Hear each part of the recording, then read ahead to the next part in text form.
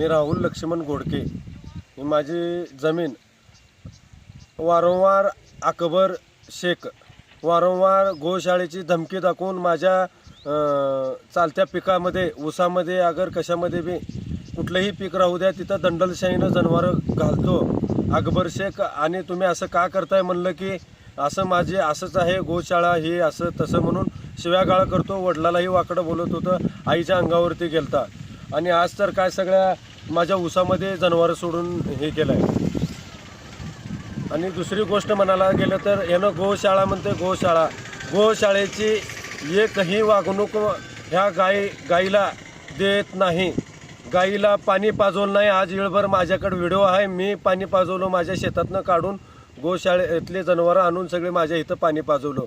ह्यानं एकाही अटीचं पालन केलेलं नाही आतापर्यंत.